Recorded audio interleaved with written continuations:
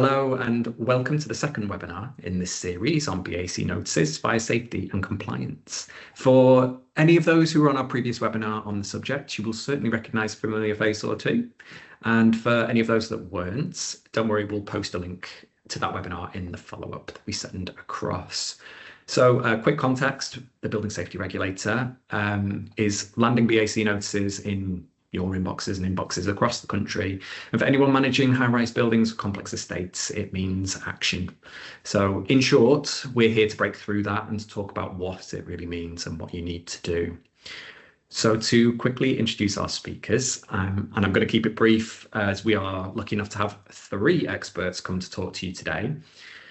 Firstly, we have Sarah Duffy, our Head of High-Rise Buildings here at Bellrock. And as mentioned, any of you who attended or watched back our last webinar on the subject, you will recognise. It's great to have you back, Sarah. Next on the roster, we have Jerry Nichols, who is one of our MDs here at Bellrock and heads up our concrete experts. For any NHS estates teams watching, you may well recognise Jerry from our recent webinar, Building Safety and Compliance, with a focus on concrete that was specifically for you in the NHS. It's great to have you back, Jerry. Thank you for coming. And finally, welcome, I believe, for the first time, our final in the trio, Matt Clayton. He is Director responsible for Principal Design of Building Regulations. We couldn't have a better person to come and guide us through the Building Safety Act requirements and building regs for high-rise buildings. It's great to have you all on. Welcome to the webinar. I think there's a century of experience between the team here, so we're really lucky to have you all on the session. And thank you to everyone who's come and here to engage with us. Right, well, I've taken up plenty of time already, so I'll hand over to the team. Sarah, would you like to start us off? Certainly, thank you very much, David. Welcome everybody, thank you very much for attending. Those of you that were on the previous webinar with myself, again, thank you for that. You'd be glad to know you're not going to hear too much from me today. 1, because I've got a sore throat, and 2, the only update we've got is a small kind of intro for building safety. Our focus today is going to be on the PD and the concrete testing for you. So that's, and this is, you'll see my cat saying hello as part of the webinar as well, so apologies on that one. So what we're going to cover today is how fast do you need to act and what is the timely matter. The principal designer, which we're going to hand over to Matt on that one when we get to the third part, and then the critical role in compliance for that one. So the agenda for today is myself first, just to give you a brief update on BACs and the prompt response notices you may have seen or may not have seen really. Then I'll hand over to Matt and then Jerry for their intros in there.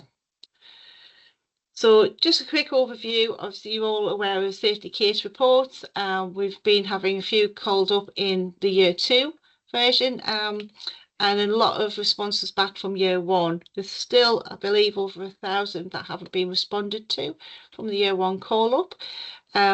But we're seeing a great improvement with the Building Safety Regulator with how they communicate and engage with both ourselves and the clients to get us to that end goal of a BAC with the approval of the regulator. So what we've been seeing at the moment, I just wanted to kind of update you on, is in almost an interim measure. It's called a prompt response notice. It is a time-bound issue, but it's at the end of the process of request for further information. We've been seeing this. So they get to the end of that line, request for further information, then they're considering your application in this series. So they can have communications with you in meetings, and the ones I've been attending with clients have been really useful. And if you're not sure of the landscape with the Building Safety Regulator, I always suggest that you have somebody there to support you with that as well. And from those reviews that they've been doing, we've found that if they're finding that there's some what they class as minor issues, but I've had a bit of a mixed bag with these ones, they're sending out now prompt response notices. So it's giving you an opportunity to provide them with new information during the assessment period to then get considered as part of your application. If you don't deliver on time, it does say in the letter quite harshly that it won't be considered and you may be refused, but it gives you that extra opportunity to just kind of dot some I's and cross some T's that might have been missed off in the first one and not captured clearly enough in the RFIs. So you no longer go straight to a refusal. We've got that extra stepping stone in between. And once it's done that consideration, obviously the next step then would be what we talked about in the last webinar, which goes to either enforcement or a refusal for the BACs themselves. So we will be doing some fact sheets and things and putting them on the website, and we'll get them sent out for everybody that's attended. We'll ping you the link as well for you to download them on what to do and any kind of quick wins we can give you to get through those ones. But any questions on those, if you've had any, if you've experienced some, or if you're just getting your first one and you're not sure what to do, feel free to pop questions in there. I'm happy to give you any feedback I can. Okay. So we all know that the safety cases are for Dame Judith Hackett report following the tragedy of Grenfell. So the bigger picture of this is not just safety cases, it's about safety of those residents in their building. So there's a whole host of things that need to be covered and monitored for that. And that's why we've got Matt and Jerry with us today to help us go through those. One of the most challenging elements that we've been facing is once you've done all the reports that we talked about in the last webinar, and now we've got a big action plan, is how do you implement that and how do you navigate in particular through the gateways for building applications, which Matt's going to take us through with that one. So I'll pass back to David to introduce Matt, and then we're ready to go into that one. Yeah, so very quickly, as mentioned before, Matt is head of our, he is our Director of Principal Design Services. Well, sorry, let me get your proper title up, because we went through this before.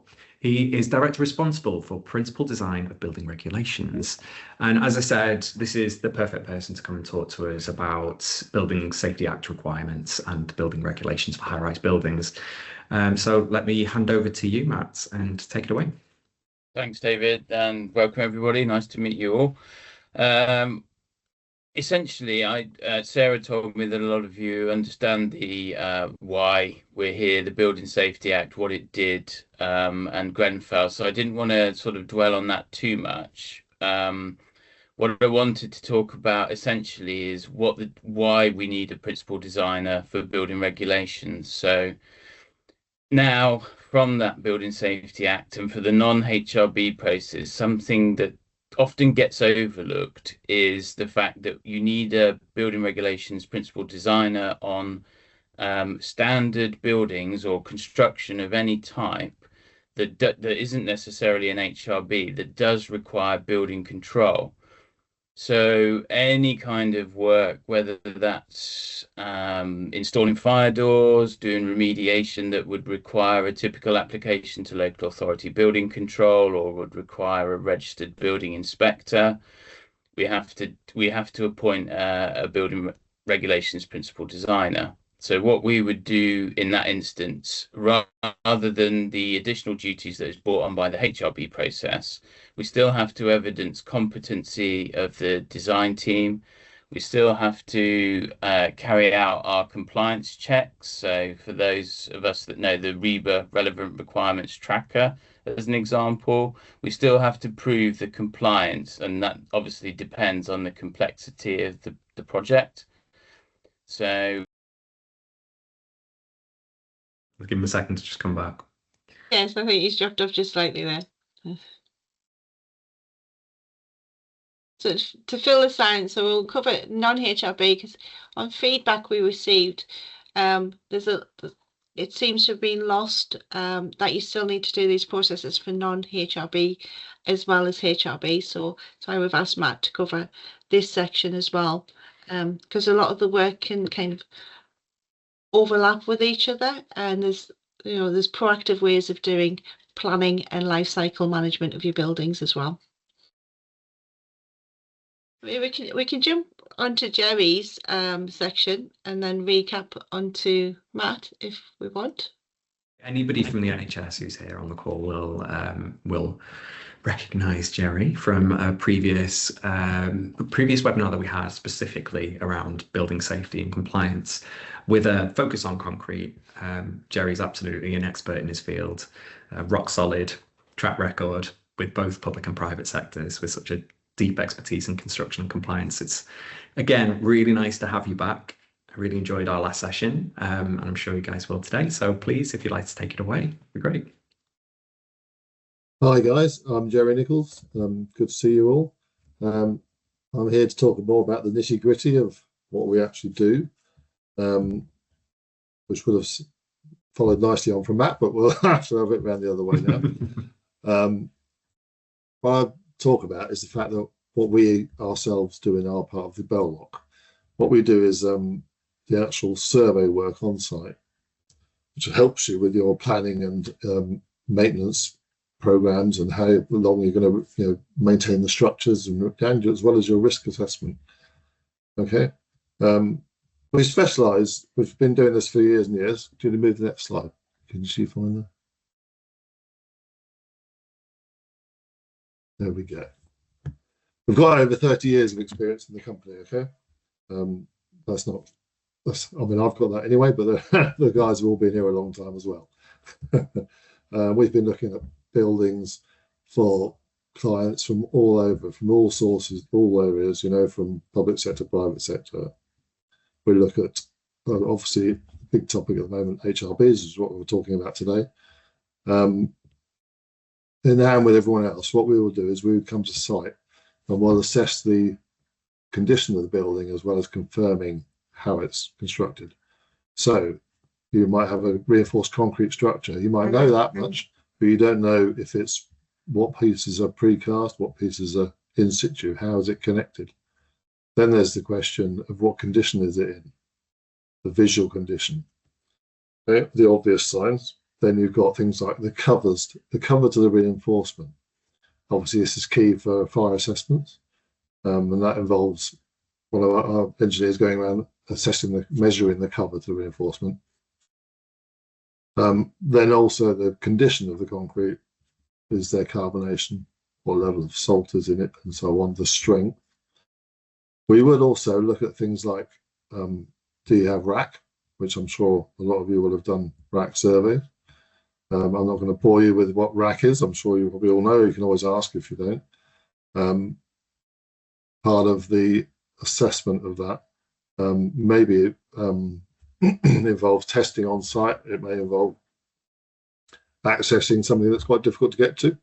So bear in mind that we're looking at buildings that are in current use. So we might do rope access work, minimizing scaffolding and so on. Might do confined space work and things like service ducts. If you've got a big estate, you might have tunnels running around underneath. If you've got HRBs, you might have basements that are quite difficult to get to. You might have roof spaces. And certainly roof spaces will tend to be where your rack is as well. As part of the survey, we would flag up anything that might be a risk, that might be a health and safety issue. And we can mitigate that in the short term. We can do what they call a safety survey, and we can remove any immediately loose material. And that buys the client time. It gives you time to sort out your tender process, time to revenue streams, etc., planning what you're actually going to do with the building. All the information we could get combined together is presented in a electronic format, done quite quickly.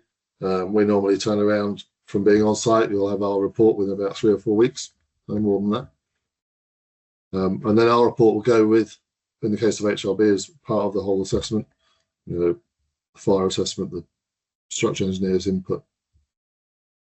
What we found recently, actually, with the phases that we've been involved in the initial building safety applications, they come back saying some clients haven't done things like checking the cover to the reinforcement, confirming what the actual construction is.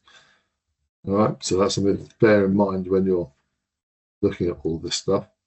Move forward, please, Sarah. Obviously, it matters to you guys. Lots of buildings, have been designed. There's a whole range of life of buildings, isn't there? And the whole ages. It could be 100 years ago, it could be 50 years ago, it could be 10 years ago. Obviously, these things are challenging. I've already mentioned their ages and rack and so on. There's the example on the right hand side there, that photograph. That's actually the underside of a slab to an area that people were parking on top of, and it was services underneath there in the plant room, and they'd had long-term leakage. So that was something we found and had to be propped up, and then in the end was actually repaired and was now safe. But it just shows you things that are hidden, not always on site, all right? In that case, that was in cast in situ concrete. Could you move forward, please, Sarah? So that we present the solution, don't we? Well, as it says there, modernising the infrastructure, making everyone more aware of what they've actually got. The proactive approach. What condition is your building in? How are you going to maintain it? What risks have you got? All right. As well as looking at, I should just say, as well as looking at concrete, obviously part of the whole thing, we're looking at the facades. So it might be brickwork, in which case you're checking what condition is the brickwork, what ties does it have? Does it have insulation? What condition is it all in? How does it work with the reinforced frame? Does it have slip bricks?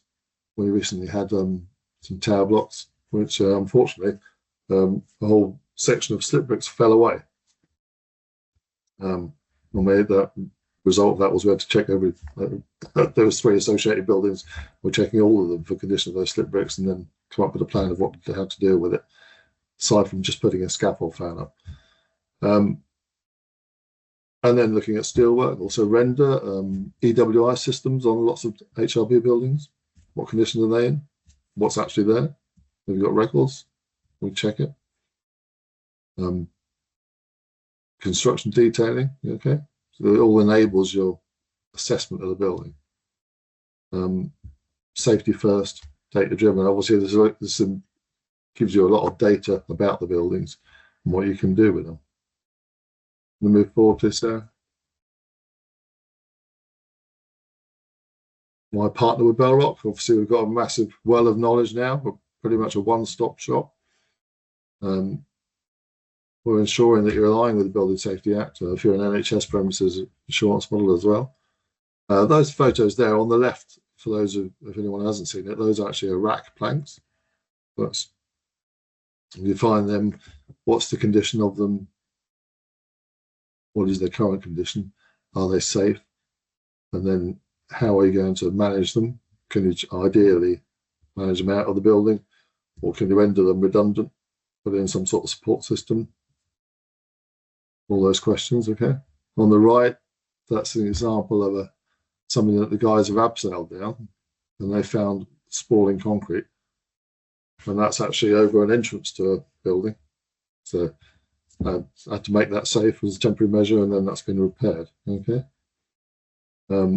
Not something that was visible from the ground, to be fair. I mean, that's probably 7 stories up, I think it was. Which we found through that. Now then, there's examples of stuff we've been doing. We've been working, for example, Guys and Thomas for a long time. Do a lot of survey work with those guys. Building safety case example there. That was actually for the London Borough. We do a lot of currently working for 2 London boroughs as we speak, surveying all the buildings, doing all this sort of stuff, the concrete surveys, the brickwork surveys, and so on. And then rack surveys, that's actually me hanging around up there a long time ago. Looking at what we've got there, we don't just do boroughs and, we do private things as well. We've done a lot of retail outlets and stores. And then working in conjunction with everybody else, the structural engineers, the fire inspectors, and so on, so that you can get your building safety case presented and passed and get your certificate. Move forward. Is there one more? One more slide, Sarah, or not? We're at the Q&A. Hopefully, Matt, Has Matt got himself back online, and we can? We're just working with him at the moment to try and get him back. Before we do, could we go back to the last slide of Jerry's? I believe there's a photo on there that you need to. Am I right in thinking that the last photo is you? That's correct. Yeah. That is me hanging up there. That's long time ago when the beard was ginger and not white. That's actually in central London. Matt's PC is unfortunately crashed. I'm in an opportune moment there. This is classic, isn't it? I don't know how long it's going to take to get back online. So apologies to everybody that may not get Matt's input into this webinar for you. But as an overview for it, so non-HRB process, we do PD under CDM as well for that, and that's part of Matt's team. And it's important when you're looking at project management, because you may have a mixture of low, mid and high-rise buildings, which the service can adapt across those as well. You don't need to get separate individuals or separate companies to do that. So just be mindful of that when you're searching the market for people to help you out with it. And I will show you the HRB one for the gateways, because this is the key one that we find the most challenges. I do get a lot of questions for this. There's a lot of things flying around of what needs a gateway application, what doesn't. I'm finding most things that people come to me and they've been told by others it needs a gateway application. It doesn't actually. So it's about the devil's in the detail with these ones. Hopefully, Matt, if we can't get him back on this webinar, we'll record what he's going to say and send that out for you as well separately for it. But in the meantime, if anybody has any questions or challenges that they're facing with Gateway, I know that the BSR have announced that they're going to clear the backlog by the end of December. I'm sure none of us are holding our breath for that one, but that's the aim at the moment.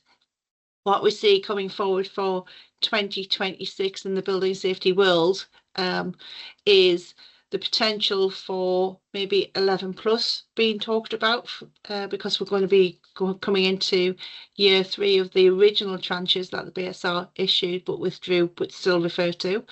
There's a lot of obviously repairs, remediations and just general life cycle works that need to be done to buildings due to age and as they move through, but also the remediation work for external walls and anything that comes of end of life material wise in the building itself. So do reach out if you ever just want a quick kind of oversight on it and see which direction you need to point in. We're more than happy to help with that. We do have other companies that are part of Bellrock now and companies that we're going to be partnering up, some that do external wall remediation work. We've got a new lift contractor that is now part of Bellrock as well that does things like that. So we can really offer the full suite, although this is not for sales, it's just to let you know if you've got questions, that's what we're here for. And if we get a lot of questions on the same one, then we're going to be creating those FAQs to download from our website as well to try and make your life a little bit easier and the journey through this building safety a little bit smoother. That's what we're here for. Back to you, David. Yeah, this really is a good opportunity. It's a great opportunity. You've got literally experts in the room to ask any questions. So please do. There are no stupid questions. There really aren't. Some of the best questions that we get are some that you perhaps might not want to ask. You might feel embarrassed that there's something you don't know and you think you should, but this is exactly the right time to ask those questions. Similarly, anything incredibly technical is always a great one, because I love reading questions which I haven't got a clue what's going on and then hearing the answers. It's great for me. I enjoy it. So please get some questions into the Q&A tab, anything that you can think of. You've literally got some of the best experts in the country here to talk to you. So please do. Yeah, we had some good ones last time, I can tell you that. Just a kind of summary on that one as well. Like I say, this is about opening up a collaboration with everybody. It's, you know, we're all after the same goal, and if we can help you to reach that goal, we're more than happy to. And again, it's open. If you've got questions, something to run by.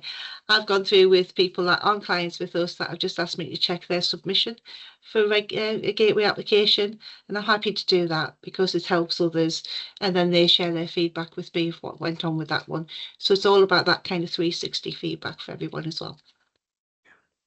I know that last time we got questions around response times about SCR submissions. There was also some questions around timelines with refusals as well, and some people interested about understanding the costs around BAC submissions.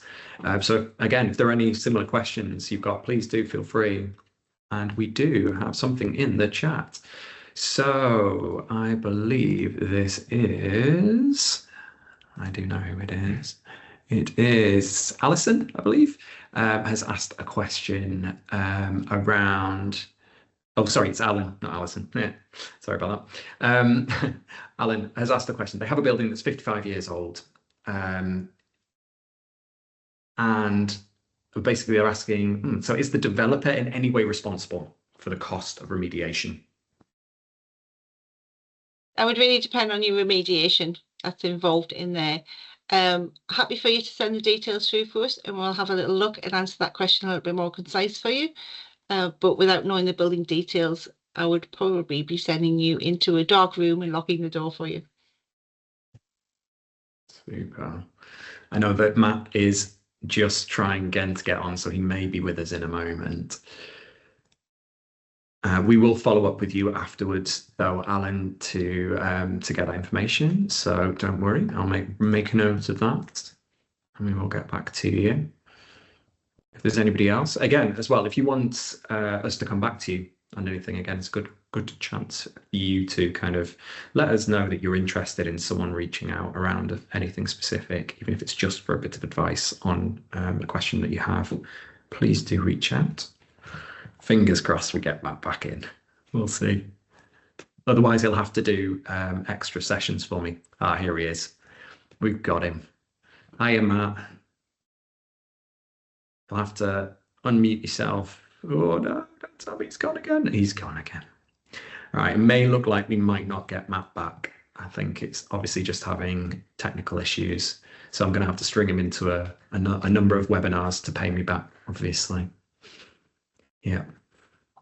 So if last chance then for anybody, if you want to get any questions through to us, please do drop them in to the chat or into the Q&A tab, and we will answer those. If not, we will follow up with some additional information after the session. Some of the things that have been mentioned already, some additional links. Oh, we have got another question.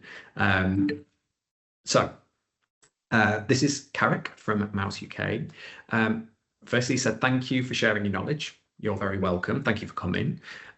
Maybe a bit off topic, but hopefully still in relation to future building safety. This could be an interesting one. They have an automatic potassium-based fire suppression device called the Mouse directly installed into their electrical enclosures. And they're waiting for certification, UL certification, that should come back at the end of the month. Do we see this as being something that could be correctly certified, that would be included into specification and certifications at early stages, especially involved in gateways? Ian, I think that definitely has to be for a full answer. We need a bit more information on what that is, and it's definitely a Matt question. From certification, if something's fully certified and you're proving where you are with the building, just in general, for safety wise, and it's part of the application, absolutely can be submitted. But specifically answering that one, if you can get us more information, we can help you out with that. I'm sending it to Matt now, and let's see if we can get an answer. If not, we'll follow up with you and give you an answer to that. Don't worry. But yes, as mentioned, we'll follow up with some links to, say, the previous webinar and to anything that we've mentioned today as well. And if there are no more questions, we'll follow up with those two that have asked questions as well. Thank you all very much for coming today and taking your time. We'll give you a little bit of time back. We hope you have a nice rest of your day, and we'll see you on the next one. Thanks very much. Thank you, everyone.